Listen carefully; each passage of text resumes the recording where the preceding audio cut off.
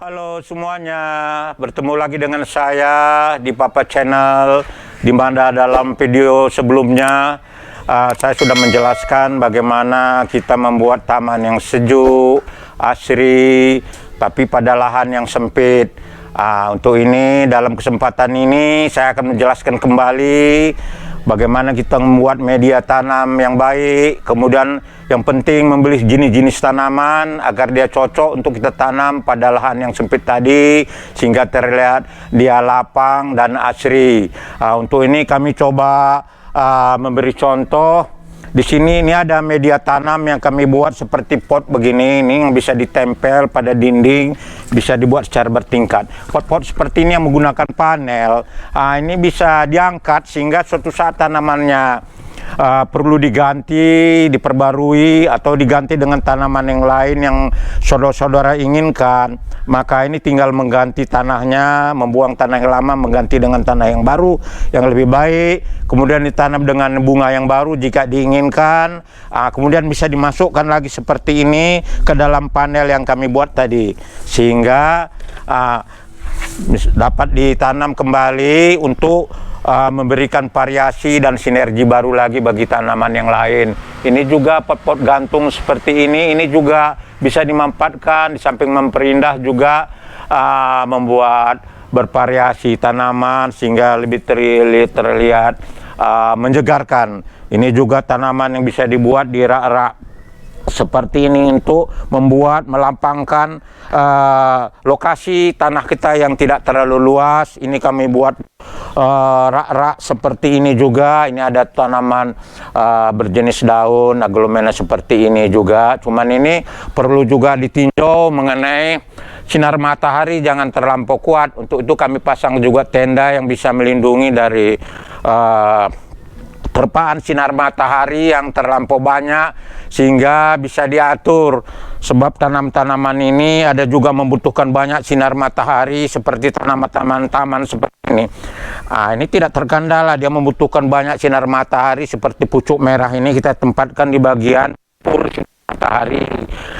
Kemudian ini ada media tanam rak seperti ini, ada jenis daun, tapi dia terlindungi oleh media yang ada di atasnya, sehingga dia masih dapat tumbuh segar seperti ini karena dia terlampau banyak membutuhkan sinar matahari dan juga curahan hujan yang banyak.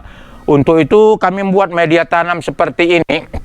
Nah, ini media seperti ini dapat kita isi dengan tanah, ataupun kami di sini menggunakannya langsung dengan poli bag seperti ini yang bisa kita pasang bunganya tergantung. Ini bisa kita angkat, kemudian bisa kita kembalikan, kemudian kita atur dalam suatu range tertentu begini, sehingga polybagnya nampak di dalam. Tapi kalau bunga ingin diganti tidak terlalu sulit.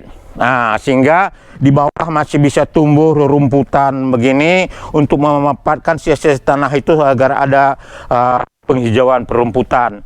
Juga dengan menggunakan rak-rak bertingkat begini, maka tempat yang sempit seperti ini juga dapat memperbanyak jenis-jenis potting dari sana ke sini juga bisa. Ini tanah-tanah penggemuk tanaman, tanah-tanah subur yang udah kami campur dengan sekam padi, ada juga dengan sekam bakar, sehingga siap untuk dapat kita gunakan. Jadi di lahan yang sempit di samping rumah begini juga dapat digunakan, sehingga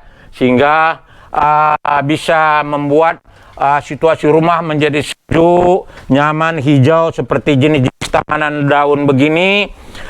Ini pilihan-pilihannya bisa ditempatkan di bagian bawah. Sebab ini adalah bibit-bibit pucuk merah. Ini kami taruh di atas karena dia akan tumbuh besar dan lebih membutuhkan banyak matahari. Tapi untuk jenis-jenis daun seperti ini, ini juga bisa ditanam berjejer, bisa dikembangbiakkan sehingga menjadi banyak seperti ini. Nah, sifat dari pemilihan tanaman ini menentukan di area lahan yang tidak terlalu luas, karena prinsipnya sama seperti dalam suatu ruangan ada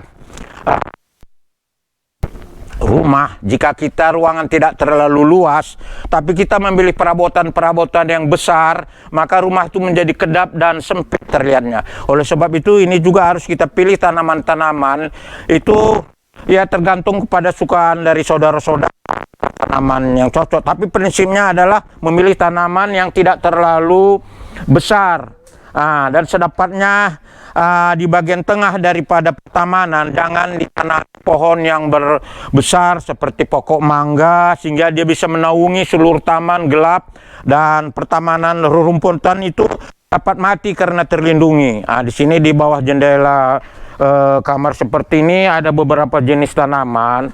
Ya, ini ada yang jenis berbunga, ini ada yang jenis daun seperti ini. Karena prinsipnya kita membuat taman itu juga adalah keindahan daripada bunga-bunga yang mekar itu dapat kita tempatkan di air tertentu yang bisa kita kontrol agar dia tidak melebar sampai kemana-mana.